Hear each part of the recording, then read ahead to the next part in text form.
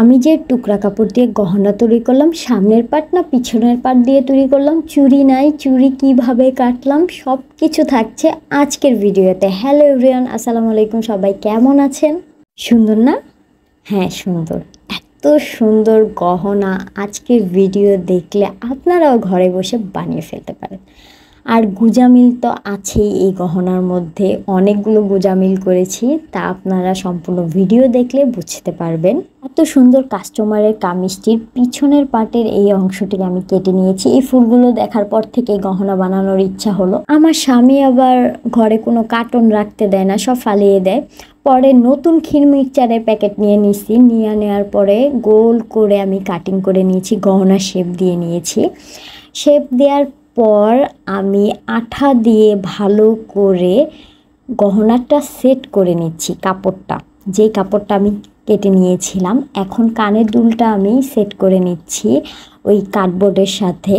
Cardboard দিলে খুবই শক্ত থাকে, কানের দুলটা আপনার সুন্দর লাগবে দেখতে, তাই আমি শক্ত কার্ডবোর্ড ব্যবহার করি সব সময়। প্রথম ধাপের কাজ শেষ, এখন দ্বিতীয় ধাপের কাজটি করছি। যে ফুলটা এত পছন্দ করে আমি গহনা বানানোর জন্য রেডি করেছি, সেই ফুলটাতে আমি কিছু মিডর লাগিয়ে নিচ্ছি, গোল মিডর এবং বরফি মিডর।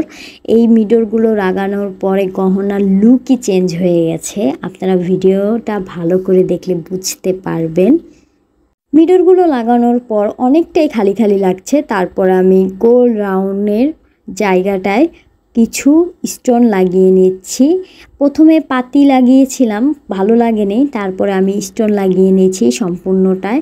সাদা স্টোন ছিল আমার কাছে, এটাই আমি লাগিয়ে নিয়েছি। একটু বড় সাইজ হলে ভালো হতো, ছোট ছোট হওয়া আমার অনেক সময় লেগেছে, তাও আবার হাত দিয়ে করছি। পরে আমি সুন নিয়ে নিয়েছি, সুন দিয়ে অনেক তাড়াতাড়ি করে ফেলেছি। ভাই কাজ করতে বসলে হাতের কাছে যদি জিনিসপত্র না পাই অনেক কষ্ট লাগে। তারপরে কানের দুলে স্টোন লাগানোর জায়গা ছিল না, আমি অফ ক্যামেরাতে এই সুন্দর টার্সেলটি বানিয়ে নিয়েছি। বানিয়ে নেওয়ার পর আমি এখন ভালো করে মাপ দিয়ে নিচ্ছি গহনাটা কোন অ্যাঙ্গেলে বসালে সুন্দর লাগবে। তো সেই অনুযায়ী আমি আঠা দিয়ে নিয়েছি।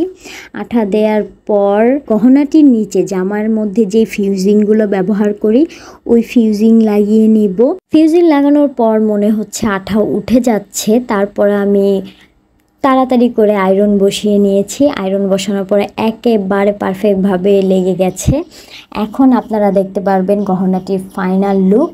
কলার সেট, কানের দুল আর এক জোড়া চুড়ি তৈরি করে ফেলেছি গুজামিলভাবে টুকরা কাপড় দিয়ে। কেমন হয়েছে কমেন্টে জানাবেন। সবাই ভালো থাকবেন। আজকের ভিডিওটা কেমন লেগেছে কমেন্টে জানাবেন।